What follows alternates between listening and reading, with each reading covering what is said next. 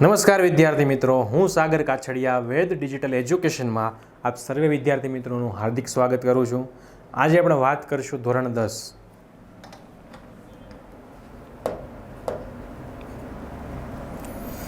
ધોરણ 10 વિષય છે વિજ્ઞાન.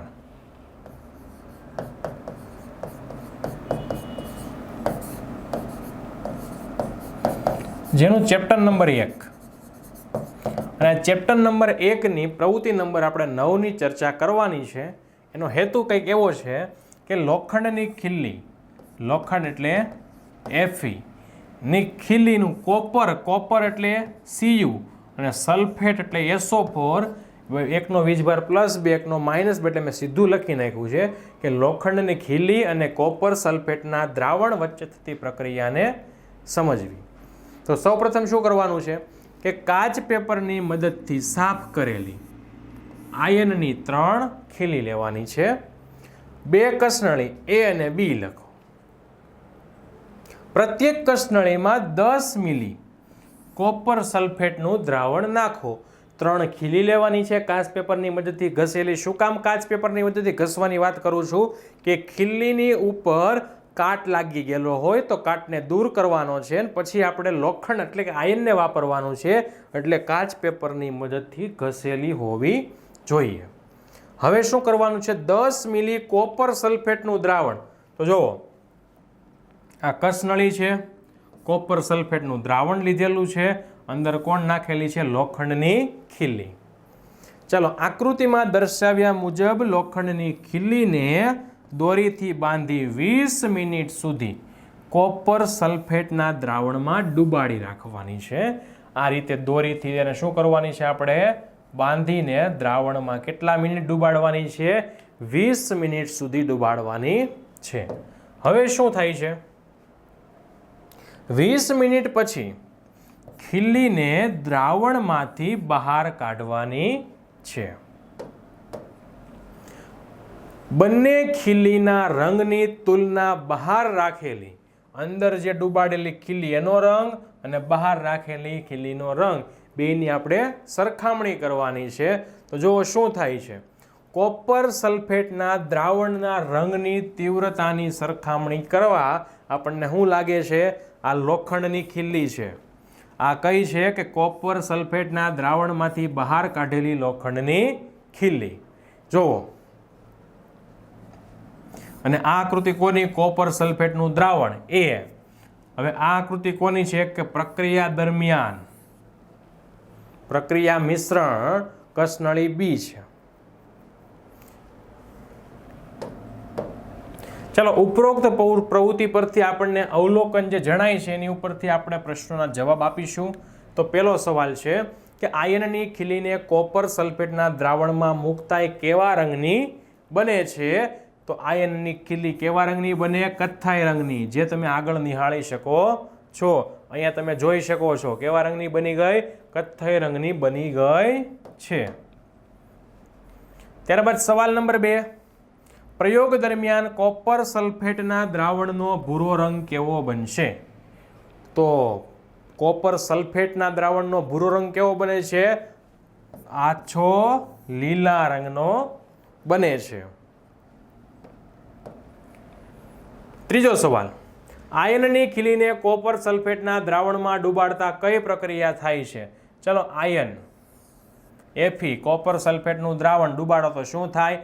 આ કોપર છે એની કરતાં આયન વધુ સક્રિય, તો આયન કોનું સ્થાન લે? કોપરનું. કોપરને શું કરશે? બહાર કાઢી મૂકશે. તો અહીંયા શું થઈ ગયું? FeSO4 ને કોપર. તો કઈ પ્રક્રિયા થાય છે? વિસ્થાપનની પ્રક્રિયા થાય છે. વધુ સક્રિય તત્વ એ સંયોજનના ઓછા સક્રિયનું સ્થાન લઈ લે છે. આ આયનની ખીલીની કોપર સલ્ફેટ સાથેની પ્રક્રિયા કયા પ્રકારની કીધું ને હમણાં મેં? કેવા પ્રકારની છે? એ વિસ્થાપન પ્રકારની પ્રક્રિયા છે. ત્યારબાદ પ્રવૃત્તિ નંબર 10.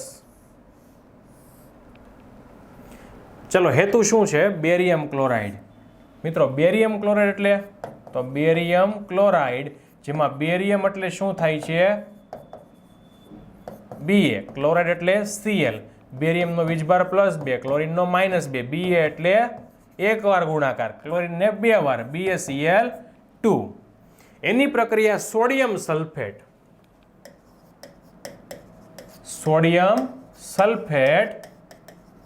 સોડિયમ એટલે Na, સલ્ફેટ એટલે SO4, સોડિયમનો વીજભાર +1, સલ્ફેટનો -2, તો સોડિયમને કેટલા વડે ગુણવાના? 2, Na2, સલ્ફેટને 1, SO4, Na2SO4 દ્વારા દ્વિવિસ્થાપનની પ્રક્રિયા સમજવાની છે.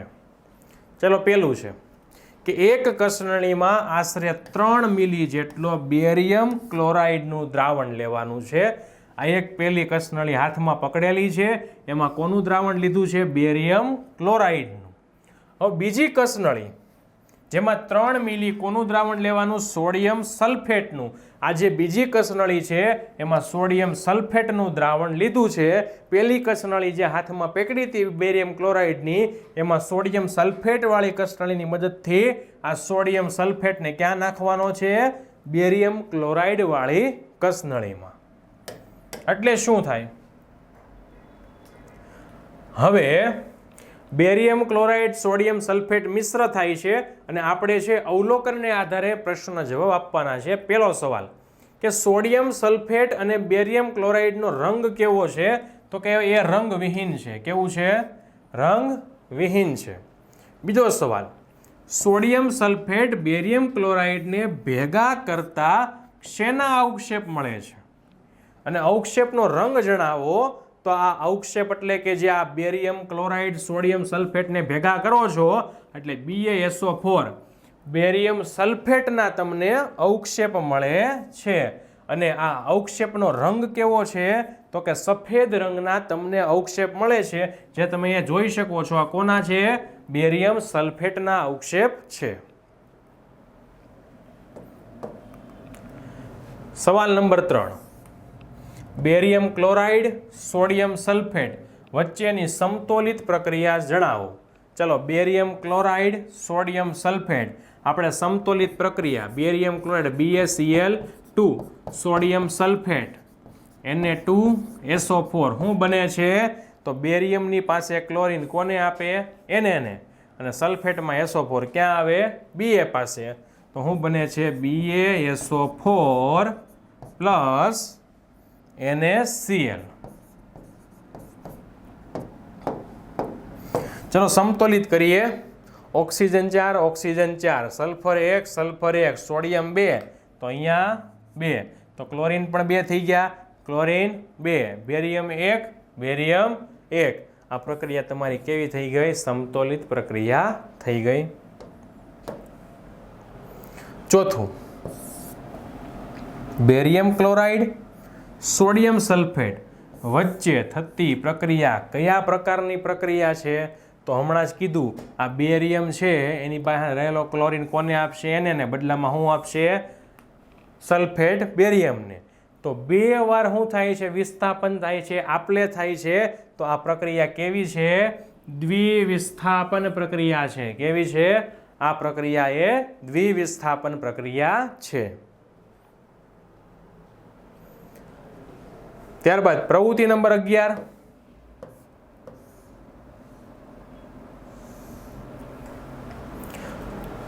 હેતુ છે એનો તાંબુ એટલે કે કોપર. કોપરનું કોપર ઓક્સાઇડમાં થતું ઓક્સિડેશન સમજવું. તો આકૃતિમાં દર્શાવ્યા મુજબ ચાઇના ડીશ, આ નીચે હું મૂકી તારની જાળી, એની ઉપર આ મૂકી ચાઇના ડીશ. ચાઇના ડીશની અંદર શું લીધું છે? કોપરનો ભૂક્કો. હવે બર્નર વડે તમે શું કરો છો? આ બર્નર ચાલુ કરો છો અને કોપરને શું કરો છો? દહન કરો છો, કોપરને ગરમ કરો છો. એટલે શું થાય છે? કોપરની પ્રક્રિયા ઓક્સિજન સાથે થાય છે અને તમને મળે છે Cu plus O2, CuO, copper oxide. હવે એના આધારે આપણે નીચેના જવાબ પ્રશ્નના આપીશું. પહેલો સવાલ, કોપરના ભૂકાને ગરમ કરતા શું બને છે? તો કોપરના ભૂકાને ગરમ કરતા કોપર ઓક્સાઇડ બને છે. Copper oxide. અહીંયા કોપર 2 છે. શું કામ? કે CuO બને છે ને એમાં આ કોપરની સંયોજકતા +2 છે. એટલા માટે કોપર ઓક્સાઇડ બને છે. કોપર ઓક્સાઇડનો રંગ કેવો છે? તો કોપર ઓક્સાઇડનો રંગ છે કાળો છે. ત્યારબાદ ત્રીજું, કોપરમાંથી કોપર ઓક્સાઇડ બનવાની પ્રક્રિયા એ કેવા પ્રકારની પ્રક્રિયા છે? તો કોપરની પ્રક્રિયા ઓક્સિજન સાથે થાય છે, ઉષ્મા આપવા નહીં, એટલે કોપર ઓક્સાઇડ મળે. તો જો કોપરમાંથી કોપર ઓક્સાઇડ બને, શું ઉમેરાય? ઓક્સિજનનો ઉમેરો થાય. અને જે પ્રક્રિયામાં ઓક્સિજન ઉમેરાય એ પ્રક્રિયાને શું કહેવાય? ઓક્સિડેશનની પ્રક્રિયા કહેવાય છે. સવાલ નંબર 4, ગરમ કોપર ઓક્સાઇડ પર હાઇડ્રોજન વાયુ પસાર કરતા કઈ નિપજ મળે છે? તો ગરમ કોપર ઓક્સાઇડ એની ઉપર હાઇડ્રોજન વાયુ પસાર કરો છો એટલે તમને ફરીથી શું મળે છે? કોપર. શું મળે છે? ગરમ કોપર ઓક્સાઇડ પર હાઇડ્રોજન વાયુ પસાર કરતા તમને ફરી પાછો કોપર મળે છે. આ ખાસ 1 માર્કના હેતુલક્ષી માટે યાદ રાખવાનું છે કે ફરીથી પાછો કોપર ઓક્સાઇડમાંથી કોપર મેળવવો હોય તો શું કરવાનું? તો ગરમ કોપર ઓક્સાઇડને હાઇડ્રોજન વાયુ પસાર કરવાનો એટલે શું મળે? કોપર મળે છે. સવાલ નંબર 5, કોપર ઓક્સાઇડમાંથી કોપર મેળવવાની પ્રક્રિયા એ કયા પ્રકારની પ્રક્રિયા છે? તો જુઓ, કોપર ઓક્સાઇડમાંથી H2 કોપર, કોપર ઓક્સાઇડમાંથી કોપર, તો ઓક્સિજન શું થયું? ઓક્સિજન દૂર થયો. ઓક્સિજન દૂર થાય તો એ પ્રક્રિયાને કેવી કહેવાય? રિડક્શન પ્રક્રિયા કહેવાય છે. જે આપણે અગાઉ પણ અહીંયા આગળ જોઈ હતી કે કોપર ઓક્સાઇડમાંથી શું બને છે? કોપર બને છે. ત્યારબાદ આગળનો પ્રશ્ન છે કે પદાર્થની ભૌતિક અવસ્થા દર્શાવતી સંજ્ઞા લખો. કેવી અવસ્થા? ભૌતિક અવસ્થા દર્શાવતી સંજ્ઞા લખો. અને સમીકરણને વધુ અર્થસૂચક કેવી રીતે બનાવી શકાય? તો પદાર્થની ભૌતિક અવસ્થા દર્શાવતી સંજ્ઞા લખી શકાય જેથી વધુ અર્થસૂચક બને છે. જેમ કે કોઈ પણ પ્રક્રિયક કે નિપજ એ વાયુ અવસ્થામાં હોય એટલે કે ગેસ, તો ગેસના પહેલા અક્ષર G પરથી શું લખાય છે? G લખાય. વાયુ અવસ્થા દર્શાવવા માટે સ્મોલ g. ત્યારબાદ કોઈ પ્રક્રિયક કે નિપજ પ્રવાહી અવસ્થામાં છે, પ્રવાહી અવસ્થા એટલે કહેવાય લિક્વિડ, લિક્વિડના પહેલા અક્ષર સ્મોલ l ઉપરથી એને દર્શાવી શકાય સ્મોલ l વડે. કોઈ પ્રક્રિયક કે નિપજ ઘન અવસ્થામાં છે, ઘન એટલે સોલિડ, સોલિડના પહેલા અક્ષર s પરથી ઘનને સ્મોલ s વડે દર્શાવી શકાય છે. અને આ ઉપરાંત જલીય દ્રાવણ માટે કોઈ પણ પ્રક્રિયક કે નિપજ એ દ્રાવણ સ્વરૂપમાં હોય ને મિત્રો, તો એને એક્વાયસ પરથી શું દર્શાવી શકાય? સ્મોલ aq જેવા સંકેતો વડે દર્શાવવામાં આવે છે. આથી સમીકરણ નીચે પ્રમાણેનું બનશે. જેમ કે આયન છે એ ઘન અવસ્થામાં છે, એની પ્રક્રિયા પાણી બાષ્પ સ્વરૂપે થાય છે, તો શું થાય છે? Fe3O4 જે કેવો મળે? સોલિડ, અને હાઇડ્રોજન ગેસ સ્વરૂપે મળે છે. તો આ રીતે આપણે સમીકરણ લખેલું હોય તો મને તમને ખ્યાલ આવશે કે એમાં પ્રક્રિયકો છે એમાંથી કયો પ્રક્રિયક કઈ અવસ્થામાં છે, નિપજ મળે છે તો કેવી અવસ્થામાં મળે છે.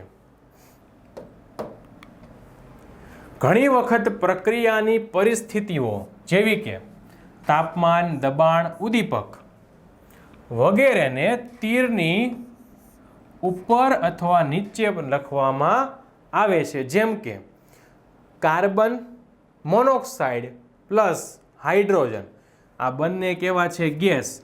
હવે એને 340 વાતાવરણ દબાણ આપવાનું છે એટલે તમને શું મળે છે? CH3OH, જેનું સ્વરૂપ કેવું છે? દ્રાવણ પ્રવાહી સ્વરૂપમાં મળે છે.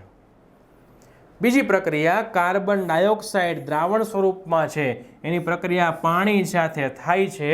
ત્યારે સૂર્યપ્રકાશની હાજરીમાં ક્લોરોફિલ નામના રંજક દ્રવ્યની મદદથી તો તમને શું મળે છે C6H12O6 આને કહેવાય ગ્લુકોઝ તમને શું મળે છે ગ્લુકોઝ મળે છે આ ઉપરાંત ઓક્સિજન અને પાણી મળે છે તો આ પ્રક્રિયા છે ને મિત્રો મોસ્ટ આઈએમપી પ્રક્રિયા છે તમને પૂછે કે વનસ્પતિની પ્રકાશ સંશ્લેષણની પ્રક્રિયા સમજાવો